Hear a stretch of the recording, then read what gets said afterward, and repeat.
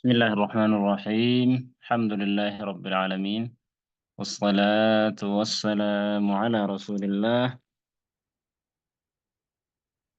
وعلى آله وصحبه أجمعين. أما بعد، إن شاء الله كوني فرنتا كينيا تجويدا كتاب مفتاح التجويد الرجر سنرى ما تدري أنه الرجر وقفي تججو، وهي وقفيتي باب الوقف كوني بابا يوكا بقولنا واهي waqfiiti kan nu barannu jechuudha. Waqfii akkasuma waqfii fi ibtidaa'inni barnoota tajwiidaa keessaa isa jabaadha. Namoota quraana qara'anuufis isa jabaadha jechuudha. Akkaan waan barbaachisaa ta'e waqfii fi ibtidaa'a jechuudha. Waqfii fi ibtidaa'a. Amma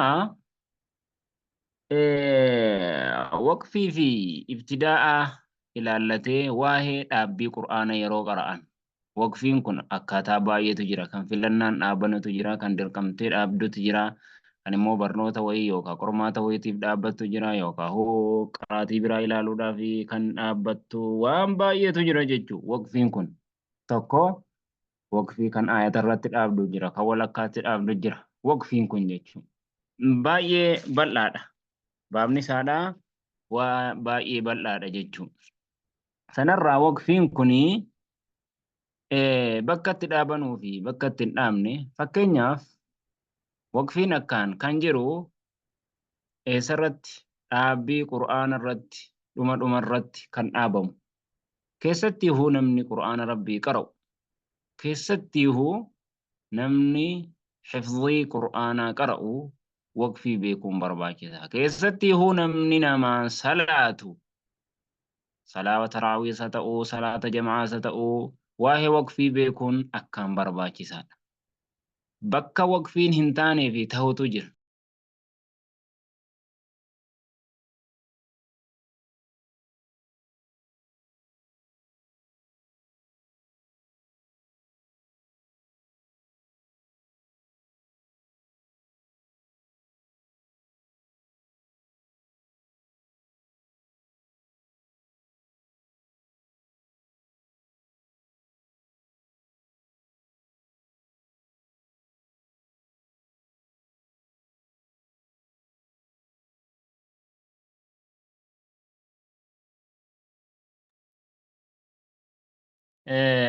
Kanaaf waqfiin barbaachisaa ta'e jechuudha. Waqfii beekuun.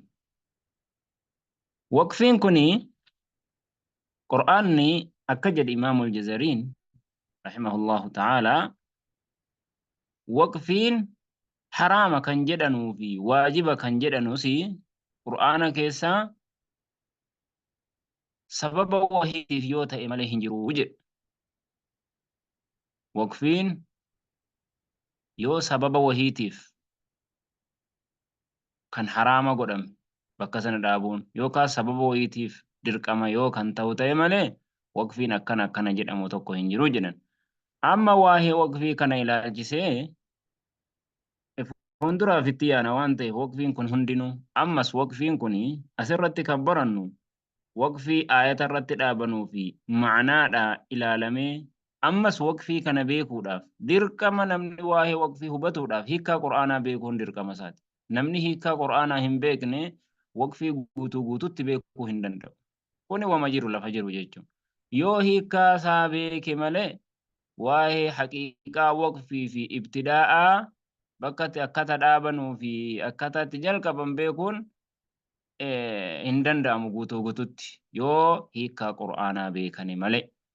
Kanaafuu waqfiin hiikaa qura'aanaatti wal ilaallataa. Akkasuma waa'ee waqfiidhaa ilmiilee akka naxwiitii fi akka sarfiifaa beekuu si barbaachisaa jechuudha. Waa'een waqfii fi ibtidaa'aa baabni isaa bal'aadha. Amma waqfiin kunii kan fakkeenyaan mallattoo adda addaatu jira. Hin laalla fuulduratti amma bal'inaan ibsa isaati akka jiimii qaafii saadii inni beekanamni tuqaa sadii waan akkasii jira. Waqfii kanaa waa'een aayata irratti dhaabuu waa'ee waqfii quraana rasuulumarraa dhufe. Ammoo waqfiileen mallattoo waqfii itti kaa'ame fakkeenyaaf akka jiimii, akka siinii, akka silii ka jedhu waan baay'eetu jira. Jara kanaafaa akka Hajjaaj ibnu Yuusuf faadha jedhan kan kaa'e. Laakiin waqfiin sun guutuutti sirriidha.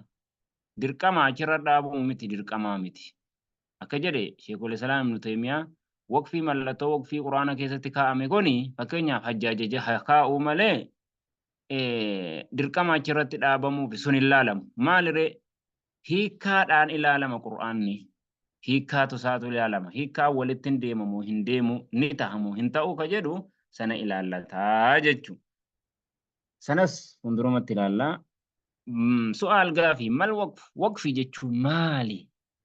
جواب هو إني لغة أكسر لغة أفان أربات الحبس وان تقوك أبو وقف جتشون وان تقوك أبو آبنيتو مك أبنيت أبو جتشو واصطلاحا أكسر تجويدات مو وقف قافة جلنو قطع الصوت سقلي كتور عند آخر الكلمة طمرة جتشارت مع التنفس أفور بافة وجه بأحد أوجه الثلاثة تقو أكاتا سديني الرا يرود في تقو أكاتا سديني الرا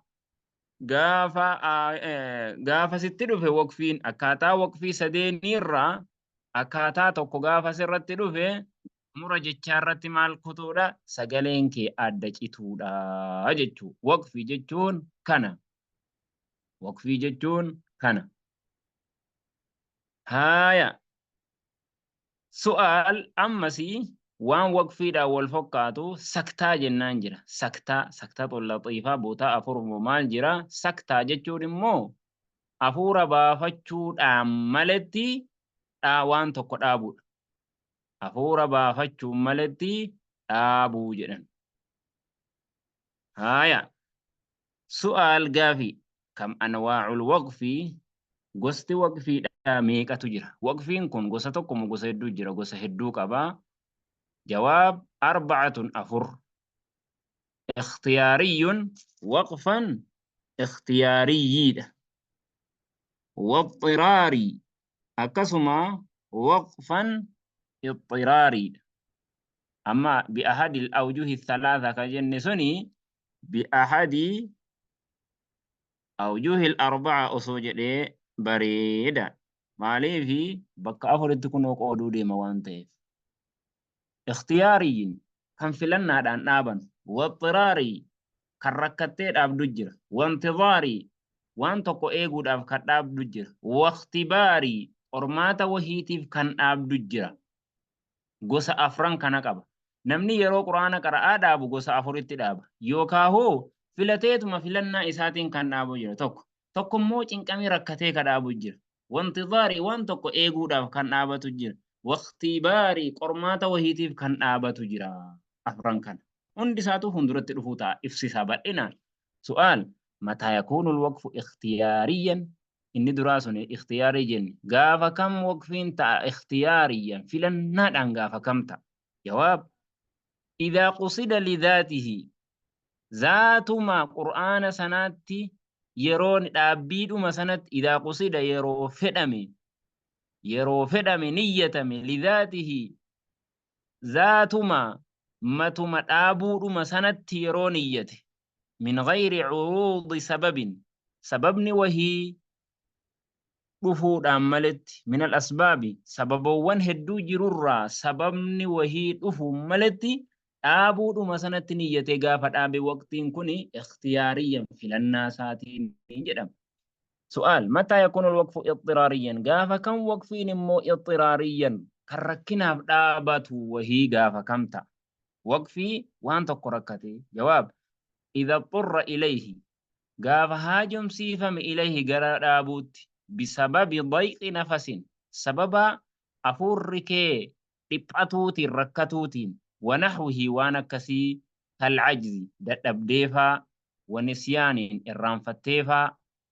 فعلى القارئ نمتج قرآن قرأ الرد قاف سنة وصله ولتففوت إسر جرات بأن يبدأ جلقبه من الكلمة جتة التي وقف عليها الرد دابة سنة الراجل قبه ولتففوت جرا إن كانت صالحة يوني في مو كان تاتي للابتداء بها isiidhaan bakka itti dhaabe sanarraa kaasee jalqabu lilibtidaa'i bihaa isiidhaan jalqabuun gaafa yoo ka tolu ta'e bakka dhaabe sanarraa itti fufa. Wa illaa yoommoo bakka dhaabe sanarraa kaasee itti fufuun hin tolle fabimaa qablahaa waan isiin dura jiru sana of duuba deebi'ee bakka macnaaf tolurraa kaasee oofaa. Waqfiin kun gaafa kam? Waqfan ixxiraarii gaafa ta'e.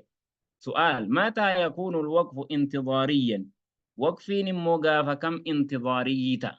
جواب إذا أراد القارئ قاف نمتج قرآن قرأ فده جمع الروايات رواية ولتكبو يوكا قراتي برا قرأوا قاف فد ووقف قاف دابتي على الكلمة ججة قرت ليعطف عليها أكا إسيرت ففوف غيرها كبيرا قراتي كان قرأ أجمت دابه قراتي براهم ستفوه داف قافة انتظاري جدم.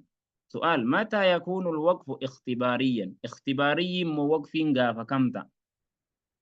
جواب إذا اختبر القارئ نمتج قرآن قرأوا جرو قافة قرماتم ليعلم أكبيكو كيف يقف أكتئابت على رسم المصحف العثماني برو مصحف قرآن العثماني لغة عثمانيين لغة رسمي عثماني مصحف عثماني كجنو مصحف عثمان كان برس ثم سنة مقوم قرآنات من مقطوع الراء وولتي أداج جراني قرأنو بيكو داف وموصول ولتي فنيمو وان قرأمو بيكو داف وتاء التأنيس تائي تأنيسا دا وانتكوني دلتورتي قجيل جافي دلتورتي هن قجيل جني غافا سنة بيكو داف لم تكتب بهائن هائي تكن انبريف من تائن تأنيسا هائي دان انبريف من وثابت أكسما وان سبتا في ومحذوف وان قتما تأي أدى بيكو داف gaafa qormaatame barataan tokko beekuudhaaf waqtan ikhtibaarii gaafa kana jedhama jechuudha. Kun hundi isaatu fuulduratti hin dhufaa. Waqfiin afran kanatti addaa qoodama. Kanaafuu Jumaa fi Kamisa fuuldura jira. Hanga kana addaa baafadhaatii kotta. Inni kaan immoo ibsisaa bal'inaan fuulduratti jira jechuudha. Waqfiin kana fakkaata. Wa sallallahu wa sallam wa baarik ala Muhammad wa ala alihi wa sahbihi ajma'iin.